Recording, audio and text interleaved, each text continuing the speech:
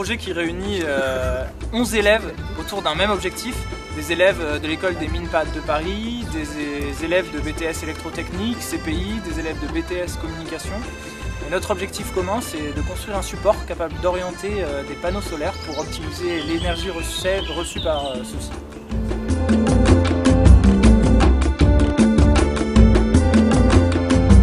On a réalisé un prototype de tracker solaire pour l'équipe de l'Éco-Solar-Brest qui va participer à la course du World Solar Challenge qui se déroule en Australie à la mi-octobre.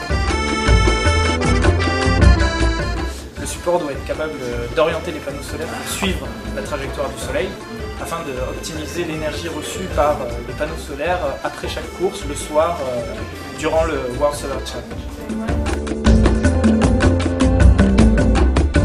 Différentes équipes d'élèves, notamment les BTS, ne travaillant pas sur le même lieu, il a fallu une très bonne coordination pour réaliser ce système de tracker solaire.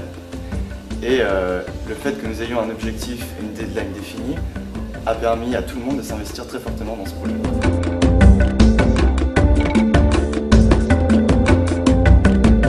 Les BTS CPI et leurs tuteurs Jeanne Lailec nous ont beaucoup aidés dans l'aspect mécanique. C'est avec eux qu'on a étudié les différentes solutions qu'on proposait et vraiment leur participation a été indispensable.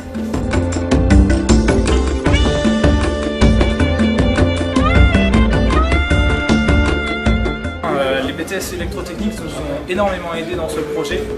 Grâce à leur expertise dans l'asservissement ou même dans le câblage, ils ont vraiment participé à l'avancée du projet et à son succès. Nous avons aussi eu l'occasion de rencontrer l'équipe des BTS Com afin que les visions marketing et ingénieurs du projet soient cohérentes.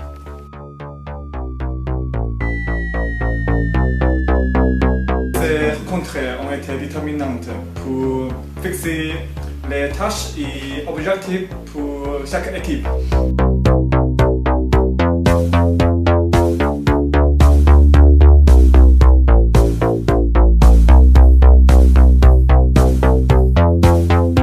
En ce qui concerne l'organisation, on a décidé de s'organiser autour de 3 pôles. Un pôle mécanique, un pôle tracking et un pôle électronique, mais je vais les laisser se présenter eux-mêmes.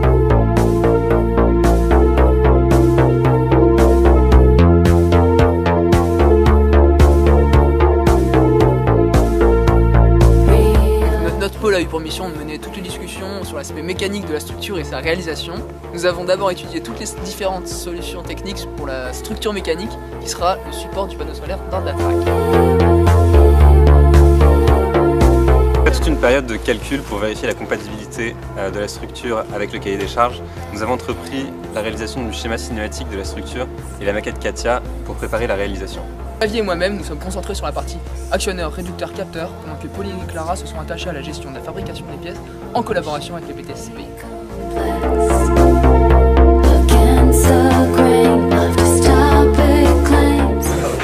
Notre pôle a eu pour objectif de concevoir en partie le système de tracking de notre tracker solaire. Nous avons choisi comme solution technique un capteur en croix avec une photorésistance en chaque point qui va nous permettre, grâce à des différentiels de luminosité et donc des différentiels de tension, de trouver la direction du soleil. Après une étape test des photorésistance, on a suivi la construction d'une croix afin de réaliser des essais en milieu extérieur. Enfin, une modélisation Katia à l'aide des BTS CPI a permis de passer à la conception du capteur solaire et de gérer son intégration à la structure mécanique.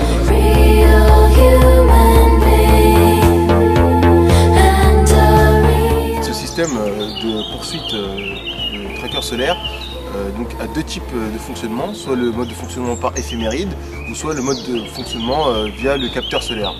Pour le premier cas, en fait, c'est tous les capteurs solaires et toutes les valeurs qui seront calculées, notamment par le GPS, la boussole ou l'accéléromètre, vont être donc véhiculés via un bus I2C vers l'Arduino. Ensuite, cet élément va réaliser tous les calculs et les transmettre alors vers le cruiser, c'est-à-dire va transmettre des valeurs d'angle-opposition.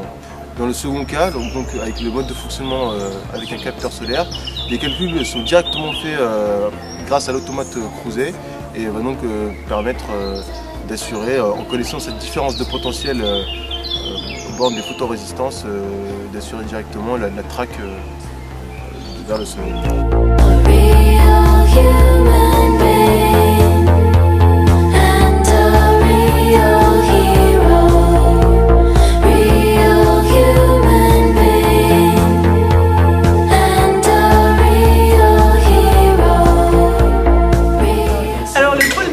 A une grande responsabilité dans la structure globale et donc l'intégration des différents éléments dans cette structure. Donc, en particulier, par exemple, les croix et les poulies qu'il fallait choisir en fonction des couples à transmettre, etc. Les petits éléments qu'on ne voit pas beaucoup, par exemple les capteurs de flamme course, les potentiomètres, et puis d'autres petits éléments comme ça. Et enfin, eh bien, un outil qui nous a été utile dans cette démarche, c'était la machine de prototypage rapide, avec laquelle on a pu obtenir des premières modélisations d'éléments qui ont ensuite été validés par les BTS et qu'on a pu fabriquer en réalité, concrètement, pour notre machine.